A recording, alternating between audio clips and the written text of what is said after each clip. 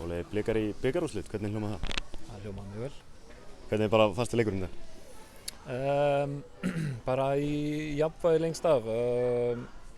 Mér fannst við vera svona smá tíma að ná svona kannski, mér fannst við vera svolítið taugaóstyrkir í fyrri hálfleiknum. Mér fannst við vera pínur hræddir við að hreyfa okkur, og reyna að fá hann og vorum svona svolítið að fara snemma í langa boltann og svona tók okkur alveg smá tíma að svona ná áttum. Og í seinni hálfleikurunni erum við, finnst mér bara að vera ofan á.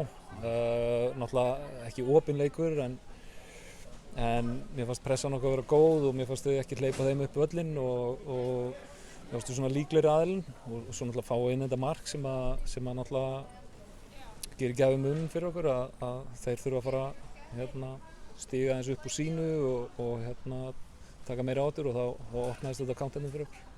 Þú veist, voru að leiða 1-0, var mikill léttir að ná þessu öðru marki, tala nú ekki um þriðja? Já, bara klárlega með að hvernig sumar er líka búið að vera hjá okkur. Við höfum oft náð fórustu og ekki náð að halda henni, þannig að ég er mjög ánægður með bara hvernig við ríöktum þar, við droppuðum ekkert niður, við bara héldum áfram að stíga og reyna að láta leikinn fara sem mest fram inn á þeirra vallarhelming, hvort sem þeir voru á honum eða við, en við heldum þeim bara frá markinu. Við vitum að þeir eru náttúrulega mjög öflugir í sínum krossstöðum og komast svona í hættuleg færi með því og mér fannst við gera það mjög vel og orkan, þú veist, bara allan leikinn og sérstaklega í lokinn var frábær.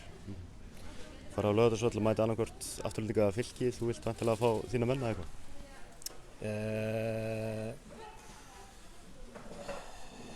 Já, bara erfitt með að pæla í því, sko. Auðvitað væri það mjög sérstakt fyrir mig. Ég held að það séu 25 ár frá því að ég vann bikarmeistaratitil með Fylki og það væri auðvitað eitthvað sem væri skrifað í skýin, en eins og ég segi, það þýðir ekkert að hugsa um það. Það er líka bara langt í þetta. Við þurfum bara að, eins og ég segi, við þurfum aðeins að ná okkur niður núna fyrir við erum bara að fara í mjög erfiðan leik á Laugardaginn á móti IA og aftur þarna, þú veist, við þurfum, eins og ég er búinn að segja margoft, við erum með gríðarlega öflugt lið og fólk út í bæ talar um einhverja gjá og það sé eitthvað rosalega langt á milli þessara liða. Ég er bara ósammála því.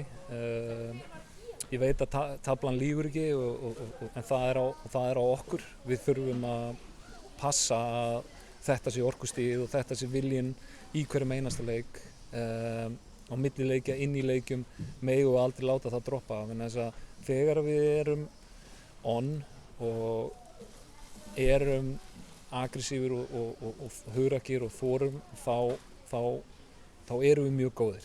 En það er undir okkur komið sjálfum að mæta þannig til leiks og þetta sé í rauninni, og það er það sem að Víkingur hefur verið mjög góður í að þeir eru mjög öflugir í því og þeir slaka aldrei á og við þurfum að læra að það skiptir ekki máli hver mótorinn er eða hvar er spilað, hvort sé heima eða úti. Þetta er bara lærdómur sem við þurfum að draga af þessu. Við þurfum að vera að mæta til leiks og gefa allt í hvern einasta leik. Endurhæmtið stóra pósta í dag, samt stóru póstar úti, hvernig er bara staðan á meiðslistum? Já, hún er bara, þú veist, við erum laskaðir og höfum verið laskaðir lengi og þess vegna, eins og segi líka bara, strákarnir sem komið inn í dag, stóðu þessu frábærlega, þú veist, og við bara, hópurinn er að stækka með hverju leiknum, ungi leikmenn stíga margir sín fyrstu skref og eru að gera frábærlega, aðrir sem hafa verið aðeins lengur og eru að taka ennþá stærri skref og sem er frábært fyrir okkur og það er, það snýst þetta, við erum að stækka hópa með hverju leik og við erum bara hvergi í bágnir. Jason Daði skrifaði undir hjá KR á dögunum, á sína sögu með Blikum, voru þið í baráttunum, Jason?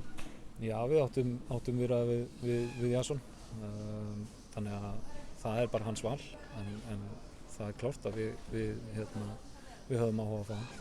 Takk Óli, til hamingju. Takk.